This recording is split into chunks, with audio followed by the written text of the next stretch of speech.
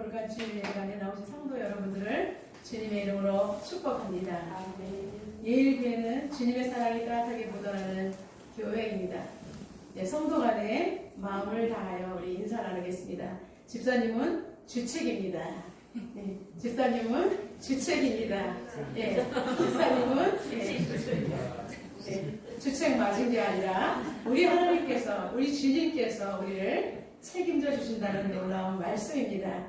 우리 지금 신나게 웃고 이월 한 달을 멋지게 설계하시기를 주님의 이름으로 축원합니다.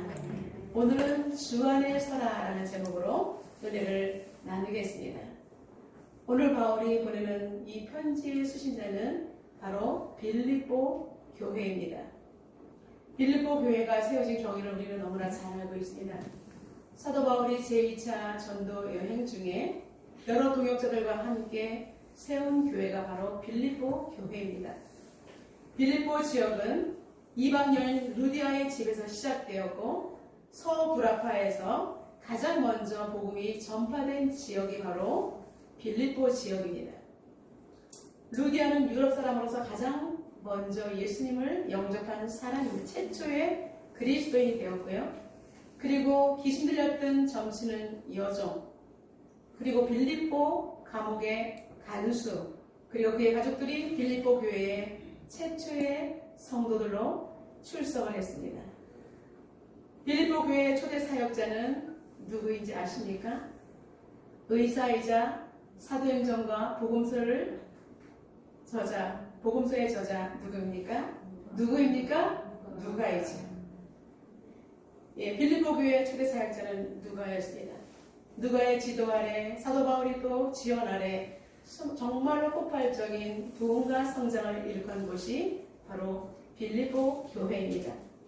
그들은 사도 바울의 사역에 열성적으로 헌신을 다했습니다.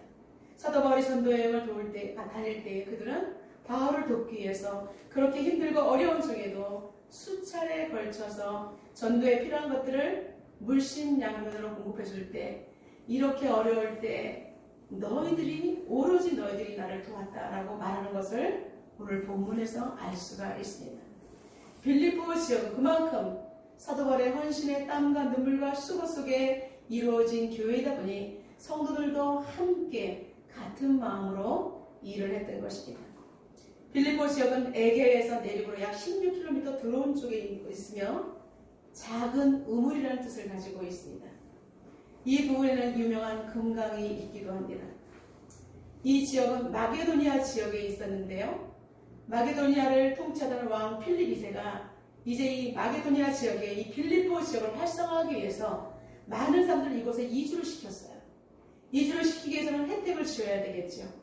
그래서 그곳은 다른 어떤 도시보다도 사람들이 많은 자유를 누리고 또 여성에게도 지위를 활약한 것을 볼 수가 있습니다. 이 도시를 신도시처럼 확장하고 증축하면서 도시의 이름을 필립 2세의 이름을 따서 빌립보라고 이름을 붙였던 것입니다. 여러분, 이렇게 빌립보 지역은 지원과 함께 여러 가지로 성장을 했는데 사람들이 모인 공동체에는 크고 작은 문제들이 발생하기 마련입니다. 빌립보 교회에도 몇 가지 문제가 있었는데 그것을 나열하면 다음과 같습니다. 먼저 첫 번째로는 두 여인 유오디아와 순두기를 통해서 교회 안에 분열이 일어났습니다.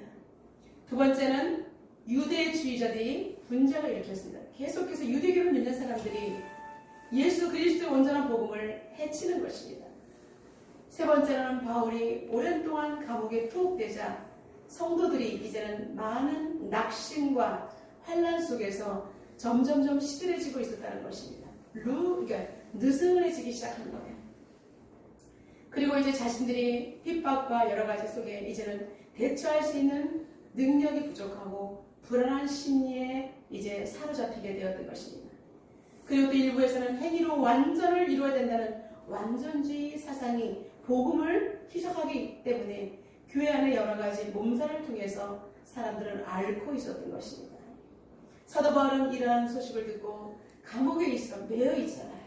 매여 있으면서 자신은 오히려 이곳에 있지만 자유함으로 그리스도를 누리고 있다라는 그런 편지의 서도와 함께 빌립보 교인들에게 여러 가지 권면을 하는 것이 오늘 본문의 내용인 것입니다. 그는 이렇게 1장에서 3장까지 성도들에게 영향을 미치는 중요한 문제들에게 권면을 하고 있는 것입니다. 첫 번째로는 1장에서는 그리스도의 복음에 합당한 삶을 살아라. 그리스도의 복음만이 지금 나는 갇혀있지만 나는 자유하다. 몸은 가둘 수 있으나 영혼을 거두지 못한다. 오히려 나는 이 속에서 궁중의 관리들에게 오히려 복음을 전하고 있다. 복음의 능력이 확산되고 있다라고 복음에 대해서 합당하게 생활을 해야 될 것을 우리에게 요청하고 있습니다. 2장에서는 예수 그리스도 너희 안에 이 마음을 품으라.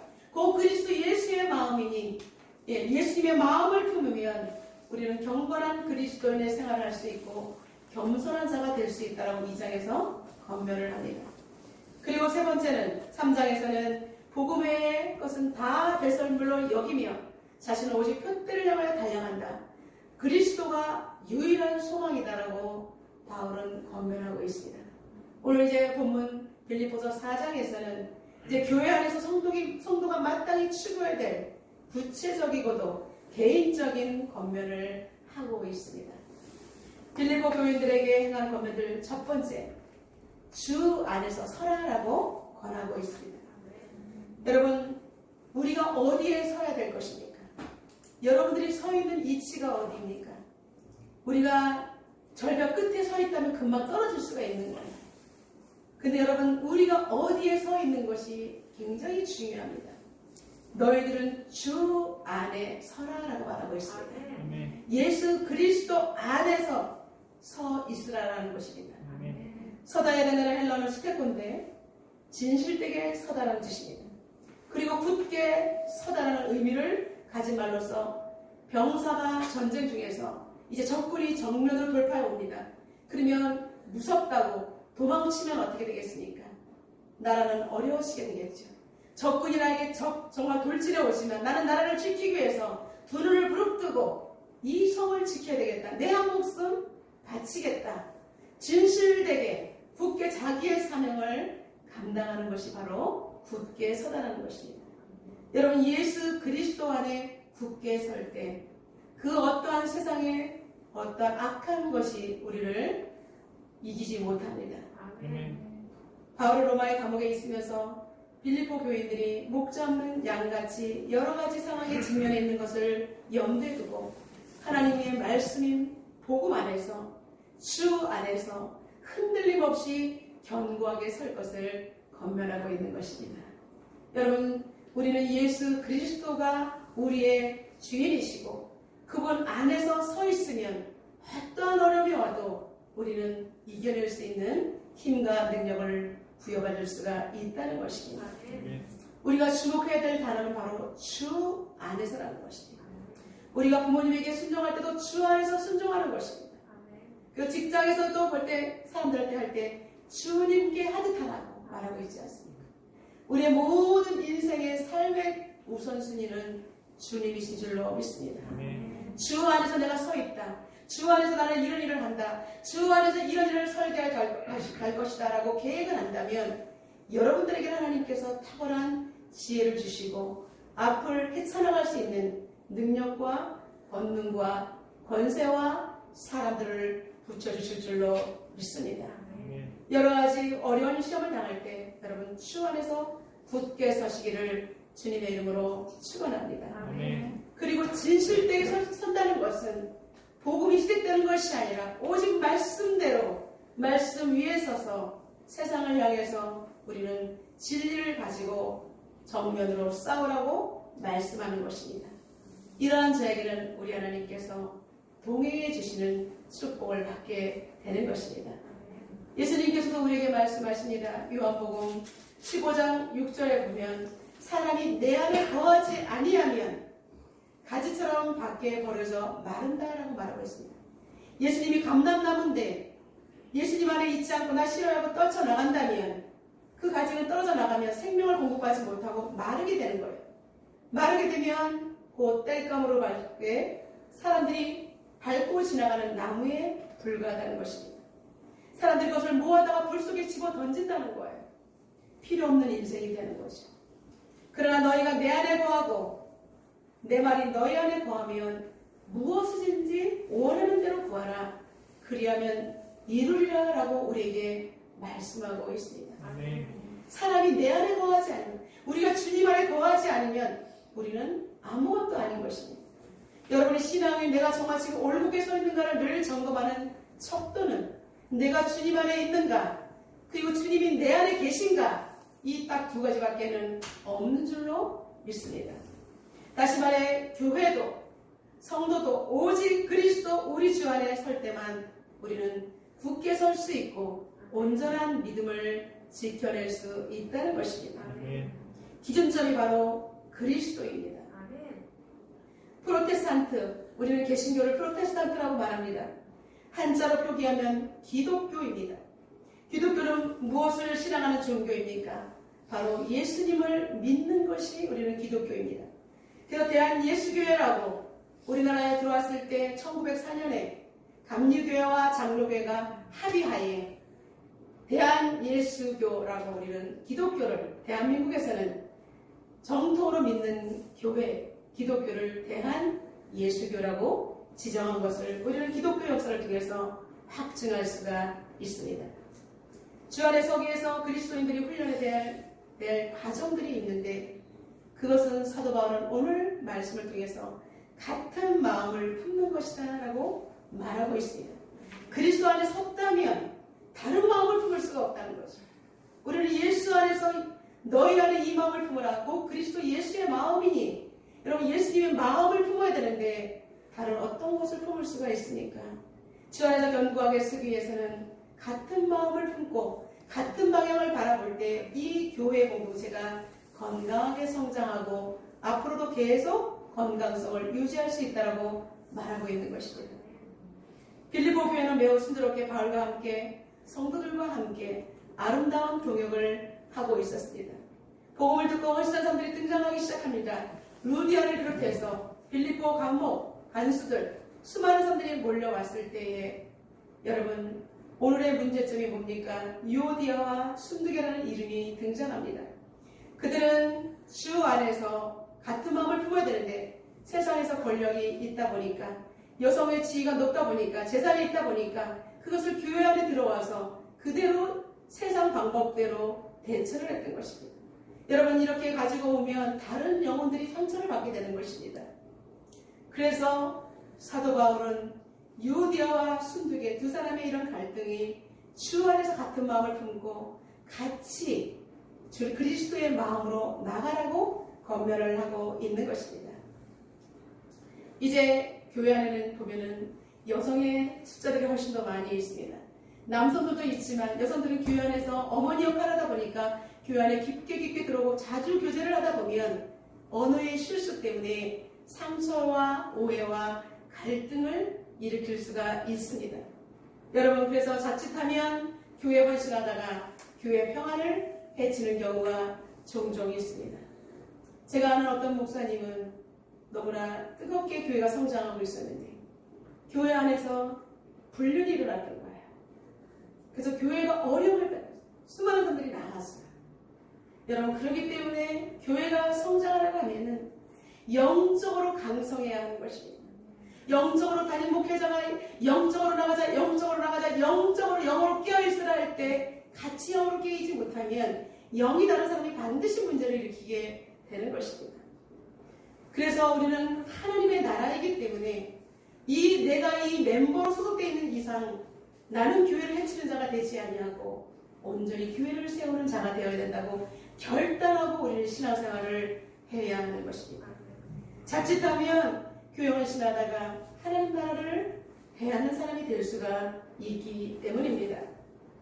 여러분 교회는 하나님이 당신의 이름을 두시고 당신의 깃발을 꽂고 영혼 구원을 하는 당신의 거룩한 몸을 이 땅에 남겨준 곳이 바로 교회 공동체이기 때문에 저는 여러분들에게 늘 교회의 소중함을 이야기합니다. 교회 안에서 여러분들 은혜를 받으시기 바랍니다. 교회 안에서 하나님의 말씀을 제대로 받아 듣고 여러분 말씀의 꼴을 먹으면서 행복한 신앙생활을 하시기를 주님의 이름으로 축원합니다. 저는 교회는 영적인 싸움이 가장 치열한 곳이라는 것을 너무나 알기 때문에 한시도 마음을 놓을 수가 없고 여러분을 위해서 기도하고 있습니다. 지금 교회는 사단은 교회를 헐려고 하고 주님은 교회를 세우려고 하는데 우리는 이런저런 문제 속에서 낙심하고 그리고 마음이 분열되면 하나님 나라를 이뤄갈 수 없기 때문에 저는 여러분의 가정을 위해서, 직장을 위해서, 자녀를 위해서, 일터를 위해서 어미의 마음으로, 아비의 마음으로 여러분들을 위해서 기도하고 있습니다. 여러분 힘들고 어려울 때마다 우리 목사님이 나를 위해서 기도하고 있어. 이 한 것만 생각하시면서 힘내시기를 주님의 이름으로 축원합니다. 정말 애간장이 녹아요. 성도들을 생각할 때. 그래서 저는 비로소 하나님 아버지가 이런 마음이구나. 하나님 아버지의 마음을 예전에 미처 몰랐던 것을 많이 회개하면서 하나님 정말 주님 오시는 그날까지 주님의 마음을 제대로 알고 끝까지 지켜낼 수 있게 달라고 그렇게 기도하고 있습니다. 여러분 영적인 이야기를 지금 소화하지 못한 분들도 많이 있을 것입니다. 그러나 여러분 영적인 것을 소화하지 못하면 다른 어떤 것을 이겨낼 수가 없습니다. 그렇기 때문에 제가 영적인 것을 강조하는 것은 저도 수많은 이런 시름 속에서 영적인 세계를 열지 않으니까 날마다 낙심하고 좌절할 수밖에 없었던 저의 옛날의 모습을 생각하니까 하나님께서 영으로 열어주실 때 이제는 절대로 뒤로 물러가 10년에 거하지 않기 위해서 영으로 열어야 합니다. 영의 눈이 띄어져야 합니다. 영적으로 돌파해야 합니다. 라고 여러분들에게 이야기하는 이유는 저는 수많은 시행착오를 통해서 치열하게 싸워왔기 때문에 여러분들은 정말로 하나님을 굳게 붙들고 저와 같이 이런 영적인 고생하지 않기 위해서 여러분들에게 특별히 과외처럼 해답을 제시하는 줄로 믿습니다. 여러분 복음이 우리 귀에 온전히 들어와야 합니다. 복음이 내 가슴에 심겨져야 합니다. 복음만이 유일한 길인 것입니다. 복음이 무엇입니까? 예수 그리스도. 예수 그리스도 안에서 있으면 우리는 모든 문제가 해결된다는 것을 알고 누려야 하는 것입니다. 예수님을 믿는데 누리지 못해요. 여러분 그리스도인들의 핸디캡이 뭡니까? 예수님을 아는데 예수님의 말씀대로 누리지 못하기 때문에 힘들고 어려워요. 이러지도 못하고 저러지도 못하고. 여러분 오늘 이후로 예수 그리스도를 안다면 이제 예수 안에서 자유함을 누리고 행복을 누리시기를 주님의 이름으로 축원합니다. 아멘. 요즘 교회는 건진이 사라진 지 오래입니다. 때로는 하나님의 말씀을 책망으로 받는다 할지라도 여러분 아멘으로 받아들이시고 여러분 속에 있는 쓴뿌리가 빠져나가도록 그렇게 하나님 앞에 말씀으로 쓰시기를 주님의 이름으로 축원합니다. 아멘. 하나님의 말씀을 책망으로 받더라도 하나님 앞에 서 있는 성도들이 과연 몇 명일까? 저는 생각해 볼 때 마음이 너무나 많이 쓰립니다. 만약 바울같이 교회하는 성도들이 대립될 때에 그 성도의 이름을 목사가 설교 시간에 대놓고 유오디아와 순두개 그러지 말라 이런 말을 했다고 생각해 보십시오. 그 말을 들은 성도가 여기에서 잘못했습니다. 조심하겠습니다. 라고 그렇게 시정하면서 교회의 질서를 깨뜨리지 아니하고 함께 신앙생활 하시는 성도가 과연 지금 여러분 몇 명이나 남아있다는 거예요. 없다는 사실입니다. 조만식 선생님은 예배 시간에 늦었어요. 한 5분 늦었어요. 목사님이 서리발처럼 조만식 장로 그대로 거기 서 있어. 예배 끝날 때까지 그 자리에 서서 들어오지도 못하고 예배를 참회의 눈물을 흘리면서 예배를 드렸다는 것입니다. 하나님 예배가 얼마나 중요한데 그렇게 가르치기 위해서 목사님이 그렇게 서리발처럼 책망을 하는 거예요. 근데도 거기서 아니 무슨 예배 좀 늦었다고 나를 사람들 앞에 공개망신을 시키냐? 이것이 아니에요. 그래 하나님이 계십니다. 하나님의 말씀으로 들었다는 것입니다. 여러분 데살로니가 성도들이 사람의 말로 받지 않았을 때 그들은 성장했다는 사실입니다. 여러분 하나님의 말씀은 하늘 보좌에서 흘러나오는 것입니다. 저는 그 말씀을 두려움으로 받아서 여러분들에게 선포합니다. 그 말씀이 어떠한 말씀이든지 여러분들에게 약의 재료가 되기를 원하고 삶 속에 지혜로 녹아내기를 주님의 이름으로 축원합니다.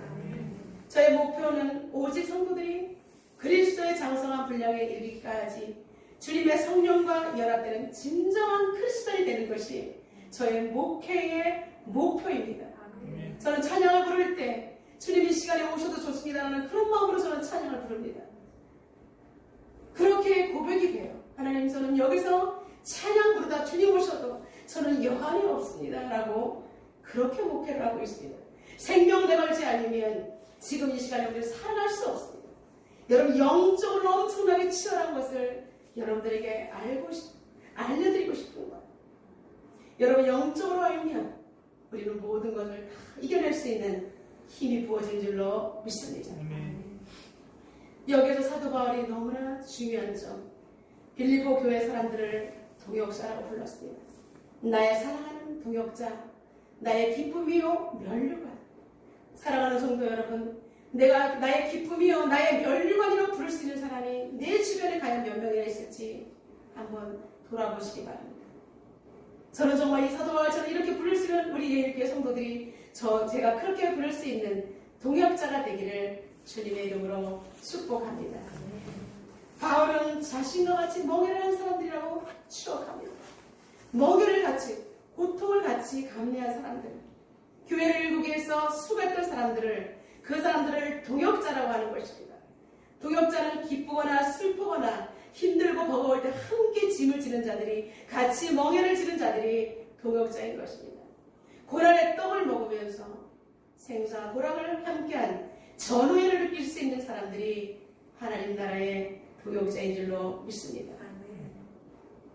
저는 주님이 원하시는 뜻을 향해 같은 마음을 품고 같은 방향으로 나가는 사람들, 하나님의 사람들이 진정한 동역자라고 저는 정의를 내리고 싶습니다.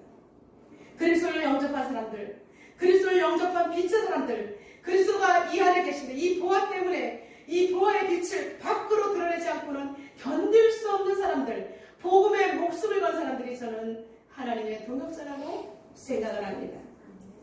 동역자는 같은 일을 하되 신의를 저버리지 않습니다.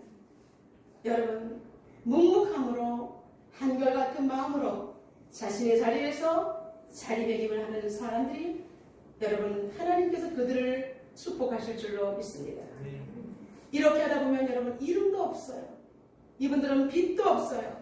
아무도 알아주지 않는 무명의 신들들 그룹 속에 내가 있을 수 있다는 것입니다.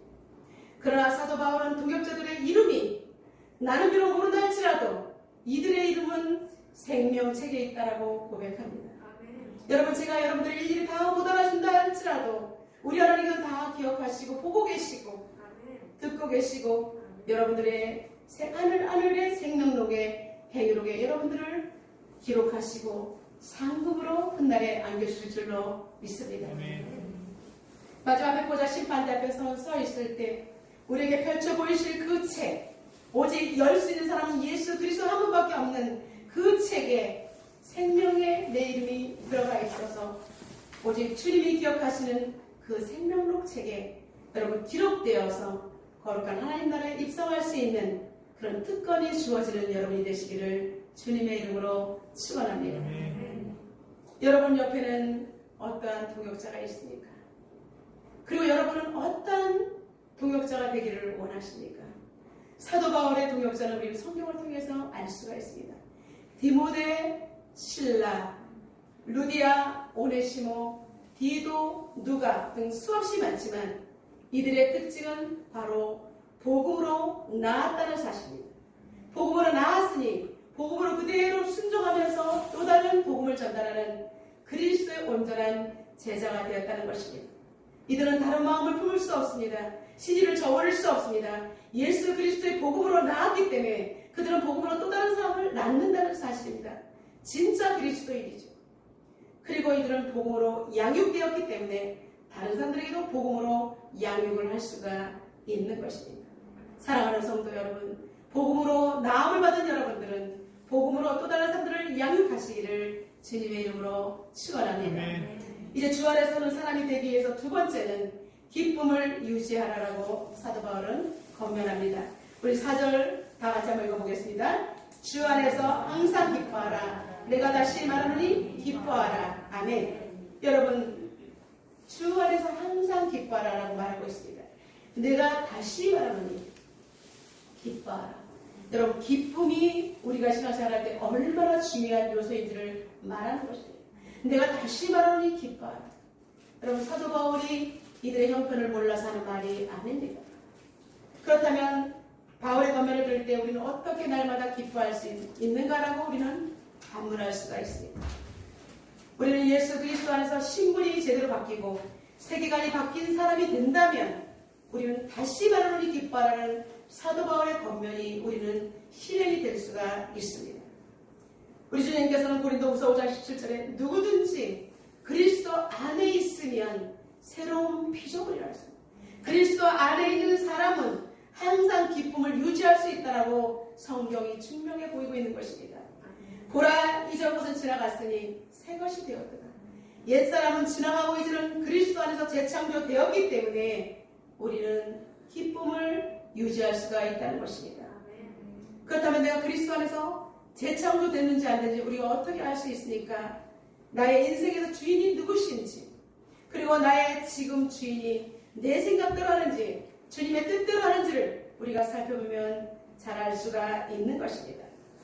사도 바울은 이러한 문제를 한 번 해결할 수 있는 말씀을 우리에게 주십니다. 믿음의 비결을 갈라디아 2장 20절에 다음과 같이 고백하고 있습니다. 내가 그리스도와 함께 십자가에 못 박혔나니 그런데 이제는 내가 사는 것이 아니요 내 안에 그리스도께서 사시는 것이다. 이제 내가 육체 가운데 사는 것은 나를 사랑하사 나를 위하여 자신을 버리신 하나님의 아들을 믿는 믿음 안에서 사는 것이다 라고 고백하고 있습니다. 여러분, 우리는 죽었습니다. 예수 안에서 예수님이 살아 계시는 것입니다. 내 안에 예수님이 계시면 그분들이 기뻐하면 나는 기뻐하는 것입니다. 그분들이 계속해서 춤추면 우리는 춤출 수가 있는 것입니다.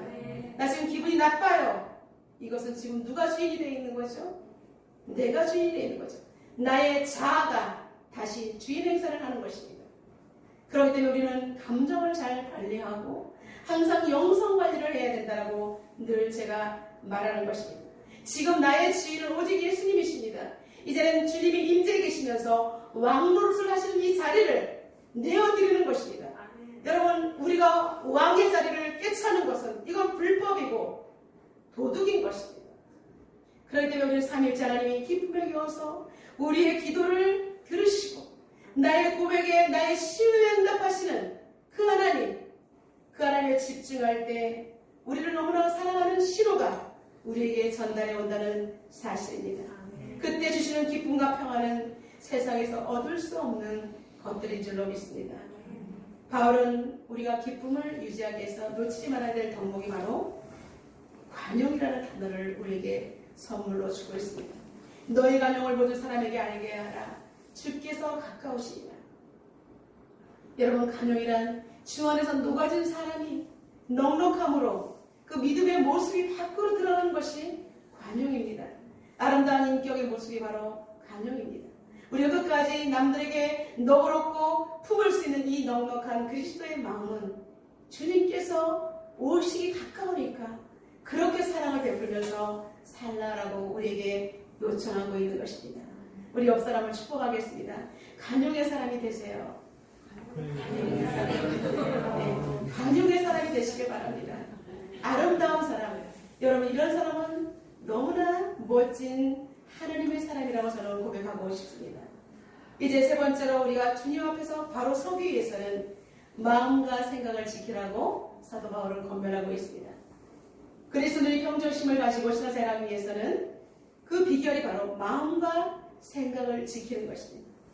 사람이 마음이 막 분주하고 자불안석에 있으면 그 사람은 어떤 큰일을 하기 어려워요. 그러나 의연하게 정말 마음과 생각을 힘들고 어려워도 잘 지킬 수 있고 셀프 컨트롤이 되는 사람은 하나님께서 그 생각을 지켜주셔요. 모든 지각에 뛰어난 하나님의 평강이 그리스도 예수 안에서 너희 마음과 생각을 지킨다라고 말씀하고 있습니다. 여러분, 하나님께서 우리의 마음과 생각을 지키시기 위해서는 아무것도 염려하지 말라고 먼저 전제조건을 이야기합니다. 아무것도 염려하지 말고 오직 모든 일에 기도와 간구로 너희 구할 것을 감사함으로 하래라. 그리하면 지각에 뛰어난 하나님의 평강이 그리스도 예수 안에서 너희 마음과 생각을 지키시리라 라고 말하고 있습니다. 아멘. 여러분, 염려하지 않고 주님께 맡길 때 그리스도 예수 안에서 너희 마음과 생각을 지켜주신다라고 분명히 말씀하고 있습니다. 여러분, 근심이 떠나지 않을 때 어떻게 하면 좋습니까? 저는 이 문제를 가지고 엄청나게 씨름을 많이 했습니다. 환경이 녹록지 않을 때, 믿음에 연약한데, 정말 기도하는데 쉽게 응답이 되지 않는 이 환경의 씨름 속에서 어떻게 싸워야 될지, 사단은 잠도 못 자게 무섭게 나를 과잉 들리게 할 때 여러분 어떻게 근심하지 않고 이겨낼 수가 있습니까? 하나님의 말씀을 계속 선포하는 것이었습니다. 아무것도 염려하지 말라고 했는데 하나님이 염려가 됩니다. 주님, 이것은 어찌된 일입니까? 주님, 염려를 주님께서 가져가 주십시오. 주님, 이것이 지금 맞게 가는 것입니까? 주님, 저를 좀 봐주세요. 지금 제 신앙을 점검해 주세요. 계속해서 하나님 앞에 묻는 것입니다. 그래서 내 마음을 살피면서 계속 하나님을 묻는 거예요.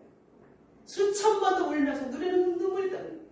입에서는 고백이 나옵니다. 그럴 때요, 이상하게도 하나님께서 갑자기 평강의 영이 주시는데 마치 제 어깨를 평강의 망토를 탁 덮어주는 느낌. 그때 깨달았습니다. 염려는 내가 없앨 수 있다는 것이 아니라 주님께서 덮어주실 때, 주님의 능력이 덮여올 때 나의 염려가 작아지면서 주님의 능력이 커지면서 없어지는 거예요. 주님이 완전히 없어지실 때 주님 때문에 기뻐 뛰며 찬양할 수 있는 믿음의 사람으로 거듭나는 것을 보게 되었습니다. 그 이후로 저는 달라졌습니다. 그래서 제가 아무리 힘들고 어려운 일이 있어도 하나님 감사합니다. 하나님께서 정말 힘들고 어려울 때 기도와 간구로 너희 구할 것을 감사함으로 아뢰라. 감사함으로 기도해야 된다는 것을 알게 되었습니다. 여러분, 눈에는 눈물이 흐르지만 입에는 찬양이 나옵니다. 그럴 때 하나님께서 일하신다는 사인, 기쁨의 고백이 터져나오는 것을 볼 수가 있습니다. 여러분, 하나님의 음성을 듣는 것은 바로 이런 것이 음성을 듣는 것입니다. 내가 하나님 앞에 주목하면서 환경을 이야기하면서 하나님 어떻게 해야 돼요? 제대로 가고 있어요? 도와주세요. 인도해 주세요. 정확한 인도를 받겠습니다. 여러분, 이렇게 삼박자가 맞아야 주님께서는 세미한 음성 가운데 우리에게 평강을 주시고 놀랍게 역사하시는 여러분 응답의 역사를 여러분 체험하시기를 주님의 이름으로 축원합니다. 이제 말씀을 맺겠습니다. 사랑하는 성도 여러분, 여러분들은 어떠한 꽃을 좋아하십니까? 각자의 꽃을 좋아하는 게 많지. 여러분, 꽃 중에서 향기가 가장 진한 향기가 보다 우리는 일반적으로 백합을 꼽죠. 너무나 진하죠. 그런데 이 백합은 진하고 아름다운 향기를 바라는데 썩어갈 때는 다른 어떤 꽃보다도 지독한 냄새가 난다고 합니다. 이것은 이런 반대적인 현상은 그리스도를 배반하고 돌아선 자들에게 찾아볼 수가 있습니다. 한때 그리스도인이라고 신학자라고 자배했던 칼 마르크스는 그는 주님의 종이 되기 위해서 신학을 공부했던 사람입니다. 한순간에 그는 사회주의자, 정신세계를 그는 정말 사회주의에 뺏기는 바람에 변절자가 되어서 기독교를 너무 잘 알다 보니까 기독교를 핍박하는 사람이 되었던 것입니다. 수많은 사람을 사회주의와 공산주의로 이끌어간 마르크스, 교회에 가장 악영향을 끼쳤던 인물인 것입니다. 여러분, 교회에 어려움을 주는 사람은 세상 하나님을 믿지 않는 불신자가 아니라 교회를 다니면서 나는 기독교인이라 말하지만 기독교인처럼 살지 못하는 사람들이 교회의 문제를 일으킨다는 가장 가슴 아픈 사실을 우리는 인정해야 하는 것입니다. 그럼 석탄 한 덩어리가 있습니다. 이 석탄 한 덩어리 혼자는 불을 피울 수가 없어요. 따뜻해질 수가 없어요. 불은 피울 수 있겠죠. 그러나 여러 가지 석탄이 모여서 거기에 불씨가 담겨지면 난로가 되어서 따뜻한 추운 겨울을 우리는 따뜻하게 보낼 수가 있다는 것입니다. 우리의 신앙생활은 마치 아주 작은 조각배를 타고 수많은 암초와 폭풍과 맞서 싸우면서 깊고 넓은 바다를 항해하는 것과 같습니다. 그러나 저 멀리는 주님이 계시기 때문에 우리는 힘들고 어려도 주님을 바라보면서 계속해서 노를 저어가면 우리는 승리할 수 있는 사람이 된다는 것입니다. 이제 오늘도 우리는 말씀을 받고 세상으로 파송되기 직전에 그럼 빌립보 교인들에게 향한 주 안에 서라, 이 말씀을 나에게 적용한다면 우리가 주 안에 서기 위해서는 나는 지금 우리 교회는 무엇을 어떻게 하면 좋을까요? 그것은 우리는 교회 지체를 소중하게 여기고 서로 그리스도의 마음으로 사랑하는 것입니다. 그리고 두 번째는 오늘 말씀하신 것처럼 모든 기도와 간구를 감사함으로 기다려 하셨기 때문에 우리는 주 안에서 성령을 통해서 기도하시기 바랍니다. 사도 바울이 에베소서에서 모든 기도와 간구를 하되 항상 성령 안에서 기도하라라고 말하고 있습니다. 자신만 기도가 끝나는 것이 아니라 이를 위해서 깨어 구하라라고 말하고 있습니다. 그리고 성도를 위해서 기도하라라고 말씀했습니다. 여러분, 주 안에서 견고하게 서서 몸된 교회를 잘 세워나가는 예일교회 모든 성도님들이 되시기를 주님의 이름으로 축원합니다. 이제 주 안에 견고하게 서서 여러분의 가정을 견고하고 아름다운 천국이 되도록 그렇게 세워가시기를 주님의 이름으로 축원합니다. 그리고 여러분이 서 있는 직장 공동체, 여러분 때문에 견고하게 서서 그 직장 공동체에 연결된 영혼들이 예수 그리스도를 영접하는 놀라운 역사가 일어나시기를 주님의 이름으로 축복합니다. 그리고 우리에게 정말 복음으로 낳은 우리는 복음으로 양육받아서 온 세계의 열방을 세계복음화를 실현하는 주역들이 되시기를 주님의 이름으로 축원합니다. 우리 오늘 주신 말씀 붙들고 하나님 앞에 기도하며 나가도록 하겠습니다. 주님께서는 우리에게 주 안에서 바로 서라는 명령을 허락하셨습니다. 하나님 아버지, 우리가 주님 앞에 서기 위해서는 오늘 사도 바울의 권면을 들었습니다. 하나님, 이 말씀대로 나도 살아낼 수 있는 그런 사람이 되게 달라고 이 시간 통성으로 기도하겠습니다. 하나님 아버지, 사도 바울이 빌립보 교인들을 향하여서 하나님 아버지, 주 안에서 서라고 말하고 있습니다. 세상에서 그냥 내 힘과 능력으로 쓰면 우리는 넘어질 수밖에 없습니다.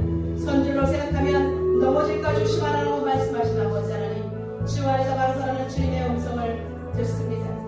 바로 서기 위해서 넘어지게 만드는 요인들을 없애버리게 하여 주시옵소서.